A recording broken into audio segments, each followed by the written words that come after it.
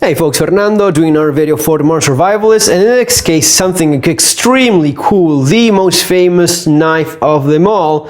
Around the world everyone knows what a K-bar is. Anyone that knows anything about knives actually will know what a K-bar is. It is, yeah, I think it's by far the most famous knife there is. I cannot think of a single knife that's more well known, and especially with the history that this knife has.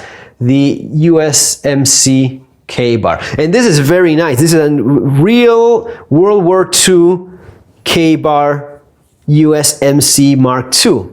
This is the knife that, you know, made all other knives K-bar, because the model was produced by other brands, other manufacturers, Camillus, a bunch of others, but the one that stayed in the minds of everyone was this one right here. As you see the markings, let me get that to focus right there. Lighting is not all that great. Let me check that again. And there it says K-bar. On the other hand, USMC, United States Marine Corps. Very, very cool. I wanted one of these for a very long time. They're not exactly cheap, not by a long shot, but these days, you know, with things going up in price, it kind of makes you wonder. I was looking at some knives and I was thinking, I don't really need any more knives. Man, I make my own knives right now. Why would I bother buying anything else? What could possibly be better than the knives I design and get, you know, manufacturers make for me myself?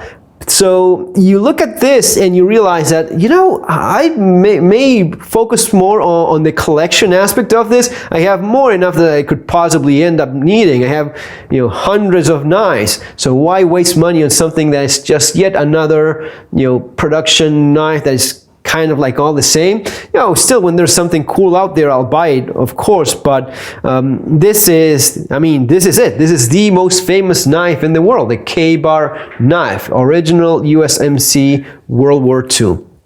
So the knife was designed in 1942, Union Cutlery back in the day, working with a couple military guys. One of them was called last name America, which is very cool. I think he was even a captain. So the K-bar was designed by Captain America, some other guy, and Union Cutlery in 1942. They came up with the design model 1219 C2 was the model that they ended up with, and this was later adopted by the US Marine Corps as USMC Mark II combat knife, or knife fighting utility is another way in which it's been called, and the Navy adopted it as well. USN is a common marking as well, and they called it the utility knife.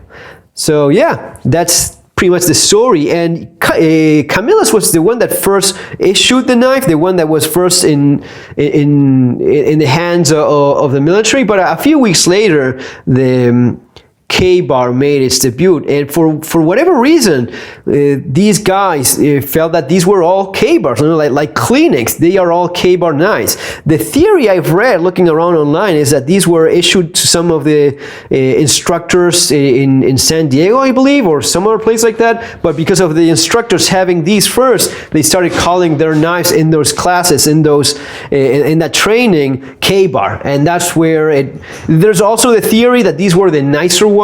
That K-bar, that Union Cutlery produced the nicer knives, so these were the ones that they were more sought after. I don't know if that's so much true or not, how much truth there is to that, but this is definitely a very imposing, very nice knife. I absolutely see why people liked it so much. And you know, it is so interesting, because you may think, okay, I have a K-bar, it's the same thing, and man, no, it's not. it's not the same thing. I don't know what it is about it, but it just feels completely different in hand. Well, of course, the history, but you know what? Little details. This is I think it's the 1/4 inch. It's a thicker pommel that it has. The first one adopted was this one, but they later changed it for this one with a pin going through both sides. But besides that, you know what? This is the kind of thing that you only see when you actually have this sort of thing in your hand. It is thicker. It's a thicker handle. It fits me perfectly well. This is just ideal for me.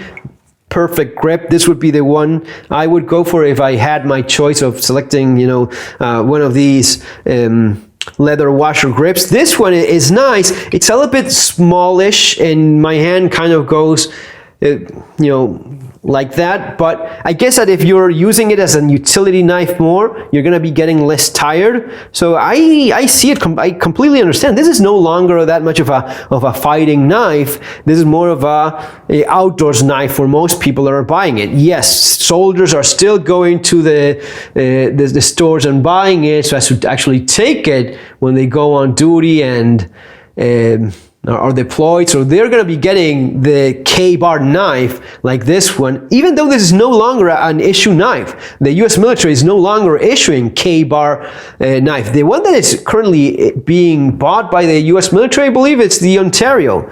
It is somewhat similar, you know, it looks a little bit less refined. I still think it's quite nice, very cool knife nonetheless. The grip is, yeah, you look at it, it's you know, a little bit bigger, so it fits nicer in the hand. It has little washers, but it's just painted with this black tar sort of paint so as to protect it from humidity a bit more. No, not sure how successful that is, but you have, you know, it is to spec. You have the sharpened clip, which you do not have here for, I guess it's for a number of restrictions in different states or countries or whatnot. Some of them may have issues with this, but this is how it's supposed to be, with a sharpened clip on the back and a phosphate finish. Other than that, still it's, you know, carbon steel 1095. So yes, it's still a K-bar knife, but made by Ontario. This is the real deal K-bar knife. Look at the finish. It hasn't got any kind of weird epoxy going on. It just has a blued finish like a gun. And I was just thinking about this in terms of these days, you give one of these knives to one of the 19-year-old, 18-year-olds, they're going to be having a pile of rust after the first couple of showers they get. A bit of rain, they don't know how to, you know, look after and take care of their tools, because they don't use that many tools anymore. I guess that back in the day, men were more aware of this sort of thing. I mean, look at how well this knife has survived. There's a little bit of rust, a few spots here and there. Little tip, you know, don't mess with a collector's piece, something like this. For those little spots, I just use a little bit of mineral oil. Actually use ballistic, the stuff that it's from Ballistol. So I use Ballistol oil, let it soak for a while, and then rubbed it, you know, so as to remove any excess and then protect the rest of it. But yes, this is how it ends up looking. Very, very cool. Yeah.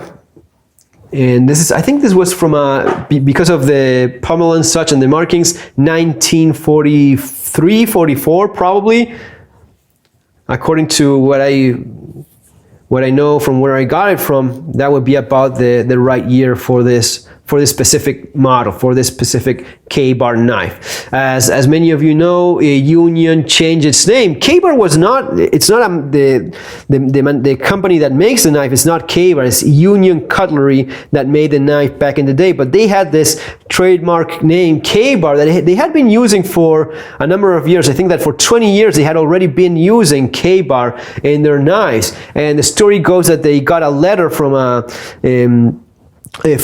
hunter, I think, or from a outdoors guy that got into a bit of a problem with a bear. I don't know if he ran out of ammunition, the gun jammed, whatever the case, he finished off the bear with his K-bar knife. It wasn't this one, it was one of the hunting and trapping. I think the guy was a trapper himself. Anyway, some of those outdoors knives with the K-bar trademark name, the story goes that the guy sent a letter saying that he killed a bear with his K-bar. And for a very long time, people thought it was that the writing was not all that well, or that there were it was poorly written, or there were smears and marks on the letter, and the only letters that they could read were K-bar, and that's why they ended up with K-bar. But apparently it's because of Kodiak bear, that he killed a Kodiak bear, and only the K from Kodiak and bar, I don't know if it was misspelled or, again, problems with the letter and the condition it arrived. Anyway, because of those letters, K-bar sounded just about right. They liked how it sounded, and they adopted it for their knives. And when they did the the 1219C2 model for the US military, they use that name of theirs, a trademark name of theirs. And from that moment on, everyone that saw this knife said, okay, that's a K-bar knife. Even have the sheath here with the clips, 6, 7, 8, 9 clips that it's supposed to have in the original sheath, leather, but still surviving quite well. Even the thing here works okay. Don't want to mess with this. Not going to be using it, of course. It's going to be staying there on the side, and this is going to be probably going to a display case, and that's it. I have plenty of enough knives as to use a number of them and not mess with something that has a nice collector's value. Anyway, folks, I hope you enjoyed this video. Have an awesome day. See you in the next video. Take care.